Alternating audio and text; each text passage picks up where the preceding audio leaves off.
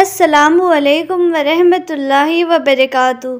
अल्लाह ताला जब किसी इंसान को मुश्किल से निकालना चाहता है तो ये 3 निशानियाँ बार बार ज़ाहिर होती हैं।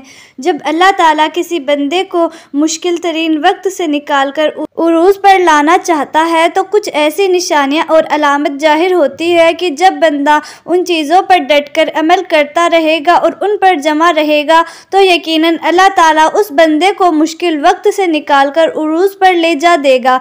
क्या है ये अलामत और निशानियाँ कि जो बंदे को मुश्किल वक्त में भी करते रहना चाहिए? भाइयों और बहनों, चलिए जानते हैं कि वो अलामत और निशानियाँ क्या हैं। मुश्किल हालात के आने की पहली निशानी ये है कि इंसान से बाज़ मर्तबा कुछ खताएँ और कुछ गलतियाँ ऐसी हो जाती हैं कि जिसकी बुनियाद इस पर बंदे को उन गुनाहों की सज़ा मिलती है जिसको इंसान ये समझता है कि ये मेरे लिए मुश्किल हालात है। और दूसरी सूरत ये है कि बंदा तो बड़ा नेक है, नमाज का पाबंद है, ज़िक्र व अज़कार का भी पाबंद है, अल्लाह ताला के हुक्म का अमल करने की मुकम्मल कोशिश करता है, लेकिन उस पर मुश्किल हालात बने हुए हैं। तो ये सज़ा नहीं है बल्कि ये अल्लाह की तरफ से एक आजमाइश और इम्तिहान है। जब बंदा अल्लाह ताला की आजमाइश में आता है और आजमाइश में आने के बाद जब बंदा अल्लाह की ज़ात पर और अल्लाह की कुदरत पर और अल्लाह की तरफ से मिलने वाले इनाम पर यकीन रखता है तो यकीनन अल्लाह ताला उसे अनकरीब एक बहुत बड़ी नेमत से नवाजेगा।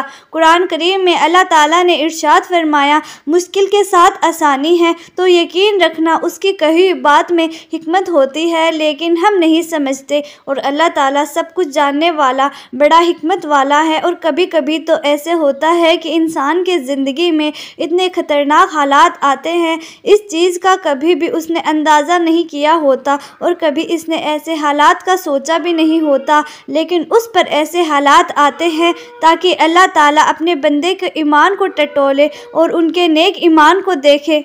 क्या ये मेरी आजमाइश पर मुकम्मल तौर पर सब्र करता है या सब्र नहीं करता, या मुकम्मल तौर पर इसका मेरे ऊपर ईमान है या नहीं है? क्या ये बंदा जिसको मैंने आजमाइश में मुब्तला किया है तो क्या ये मुझसे मदद मांगता है या नहीं मांगता? मुश्किल हालात के दूर होने के लिए मुझसे दुआएं करता है या नहीं करता? तो अल्लाह ताला इन सारी चीज़ों यानी मुसीबत और आजमाइश, मुश्किल हालात में डाल कर बंदे को आजमाता है। इस मौके पर हमें क्या करना चाहिए? पहले तो ये समझना चाहिए कि मोमिन को मुश्किल में बिखरना नहीं है बल्कि निखरना है। और इस मौके पर सबसे पहली चीज़ है सब्र करें और अल्लाह ताला पर भरोसा रखें। आपके आंसुओं में भीगी हुई आंखें, क्योंकि ज़िंदगी का हर आसान और तकलीफ़ दे लम्हा अल्लाह पाक के किसी अजीम मुनस्बे का हिस्सा होता है, जो कभी तो जल्दी में समझ में आ जाता है और कभी इंतज़ार करना पड़ता है। हर सब्र की एक कहानी है और हर दुआ की एक मंजिल। कभी ना कभी सोचना कि तुम्हारा ये सब्र बग़ैर फल के ही रह जाएगा और कभी ये गुमान ना करना कि तुम्हारी दुआएं ज़ाया हो जाएंगी। और खूब अच्छी तरह याद रखें कि दुख, दर्द, तकलीफ़ अगर अल्लाह की नाराज़गी होती तो नबियों को भी कभी ना मिलती।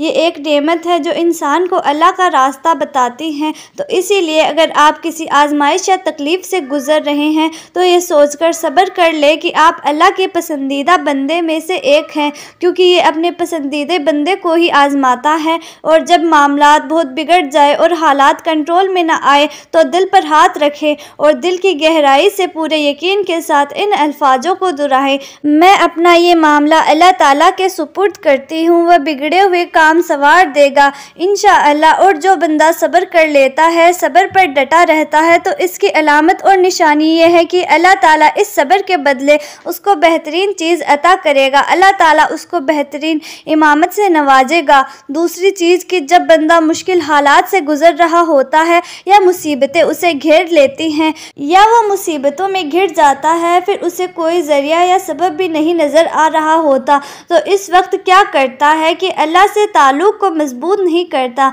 यानी ना नमाज के करीब है, ना ज़िक्र व अज़कार के करीब है, बल्कि नमाज से भी दूर हो गया और ज़िक्र व अज़कार से भी दूर होता चला गया। और फिर उसके दिमाग में ये बात आती है कि जब मैं इन हालात में निपट जाऊंगा और जब ये मुश्किल तरीन वक्त मुझसे गुजर जाएगा तो अपनी कोशिशों से, अपनी मेहनत से, अपने दिमाग से ये सारी चीज़ें और सारे हालात को बदल दूंगा।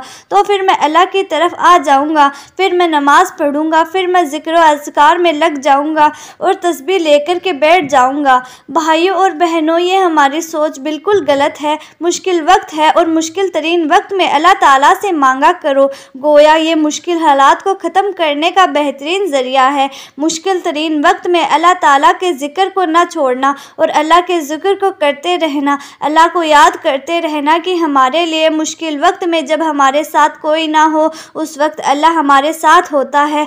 जब ज़ुबान व दिल ज़िक्र इलाही से तर हो जाए और दिल अल्लाह पर भरोसा कर ले तो ज़िंदगी की सख्तियाँ उन्हें नुकसान नहीं पहुँचा सकती, क्योंकि खलवत में आंसुओं से चेहरा तर करने वालों और ज़वालत में अपने मुस्कुराहट से ज़िंदगी खैर मुकद्दम करने वालों लोग ही अल्लाह पाक को पसंद करते हैं और हर मुश्किल में रब उनके लिए काफ़ी है।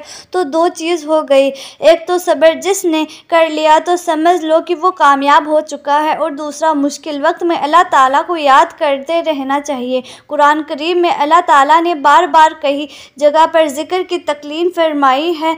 और अब तीसरी चीज़ की तरफ आते हैं। तीसरी चीज़ है दुआओं का एहतमाम करना। जब बंदा मुश्किल वक्त में होता है, फिर उसे कुछ समझ में नहीं आ रहा होता, उसे कुछ नज़र नहीं आ रहा होता कि मैं क्या करूँ, तो मुश्किल वक्त में कसरत से अल्लाह से अपने हालात बदलने के लिए दुआएं करते रहना चाहिए।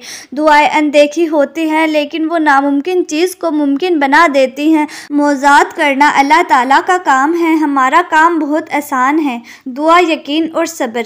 मिसाल, आजमाइश तो सब पर आती है, कोई उनसे हीरे की मानिंद निखरता है तो कोई अपना आपा ही खो देता है। वो आजमाइश जिसमें आप साबित कदमी से डटे रहें और रब की नाफरमानी से बचे रहें, दर्द का सजदा हो अल्लाह ना मिले, सिसकियों की पुकार हो और वो ना सुने, आंसुओं से बात करो और वो आंसुओं की भी आवाज़ ना सुने, तो समझ लो दिल तकलीफ से फट रहा है और तुम्हारे टूटे हुए दिल की तकलीफ को ना समझे सब्र की आखिरी हद हो और वो ना जानता हो, बेजान आंखें उसको उठाकर दिखाओ और वो दुआओं पर कुन फया कुन ना कहे, ऐसा कभी नहीं हो सकता। वो रब बहुत करीम है, वो तुम्हें थाम लेगा। तुम उसे पुकार कर तो देखो, और जब तुम मांगोगे ये मांगोगे कि वो इन चीज़ में तुम्हारे लिए सब्र का इम्तिहान ना मिले जिसमें तुम बेहद मोहब्बत करते हो। अल्लाह ताला देखता है, जब तुम नम आंखों के लिए आसमान की जानिब देखते हो, अल्लाह ताला देखता है। जब तुम दुआओं के लिए हाथ उठाकर खामोश हो जाते हो, अल्लाह ताला वाकिफ़ है।